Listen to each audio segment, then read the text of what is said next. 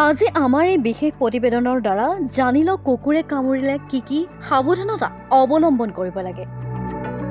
কুকুৰে কামুৰাৰ লগে লগে এই 10টা কাম কৰক। কুকুৰৰ কামোৰা ঘাঁটো যিমানেই সৰু যেন নালাগক কিয়, কিন্তু ইয়াৰ ফলত গুৰুতৰ সংক্ৰমণৰ সম্ভাৱনাও বৃদ্ধি পোৱাটো আশংকা থাকে, আনকি ই মাৰাত্মক বুলিও প্ৰমাণিত হ'ব পাৰে। যদি আপোনাক কুকুৰে কামুৰিছে তেন্তে ঘাঁটো চাবোনেৰে ধুই কুহুমীয়া পানীত 5 পৰা 10 মিনিট সময় ৰাখিব লাগে। তাৰ পিছত শুকুৱাই লওক। ৰক্তক্ষৰণ হলে পৰিষ্কাৰ কাপোৰেৰে ঘাঁটো হেঁচা ধৰিলে ৰক্তক্ষৰণ বন্ধ হয়। ডেটল বা চেভলনৰ দৰে এণ্টিছেপ্টিক দ্ৰৱণেৰে ঘাঁ ভালদৰে পৰিষ্কাৰ কৰি লওক। তাৰ পিছত ঘৰত থাকিলে বিটাডিন মলম প্ৰয়োগ কৰক। ইয়াৰ পিছত ঘাঁটো পৰিষ্কাৰ কৰি বেণ্ডেজেৰে বান্ধি লওক, কিন্তু যিমান পাৰে ঘাঁটো ধুবলৈ চেষ্টা কৰিব।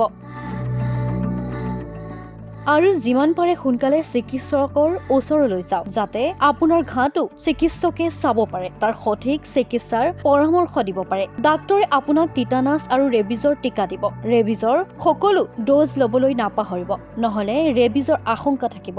আৰু আপুনি যিমান সোনকালে কুকুৰে কামোৰাৰ পাছত আপুনি যিমান সোনকালে পাৰে সিমান সোনকালে টিটানাছ ল'বলৈ যত্ন কৰিব।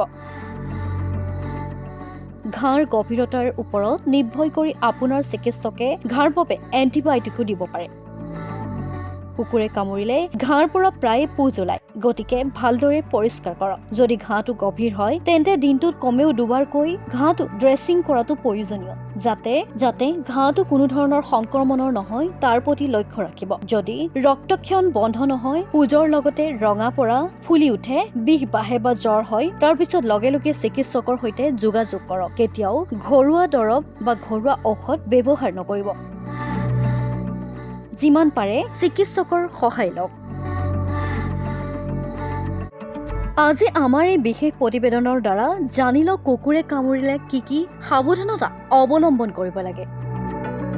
কুকুৰে কামোৰাৰ লগে লগে এই 10টা কাম কৰক।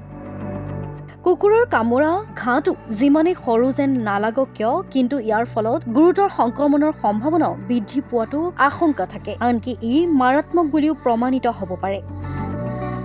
যদি আপোনাক কুকুৰে কামুৰিছে তেন্তে ঘাঁটো চাবোনেৰে ধুই কুহুমীয়া পানীত 5 পৰা 10 মিনিট সময় ৰাখিব লাগে।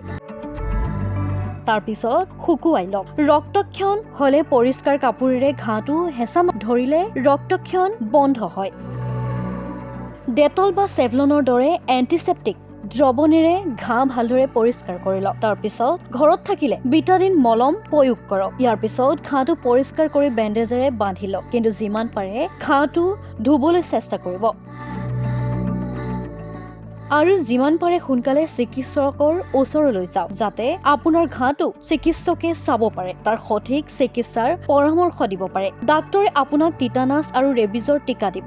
ৰেবিজৰ সকলো ড'জ ল'বলৈ নাপাহৰিব, নহলে ৰেবিজৰ আশংকা থাকিব।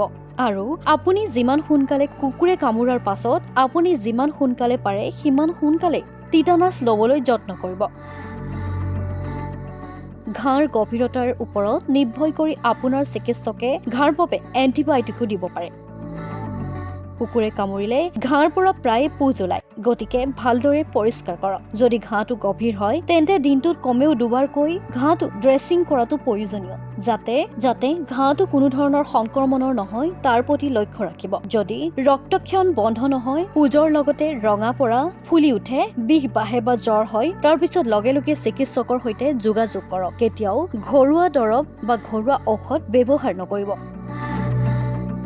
যিমান পাৰে চিকিৎসকৰ সহায় লওক।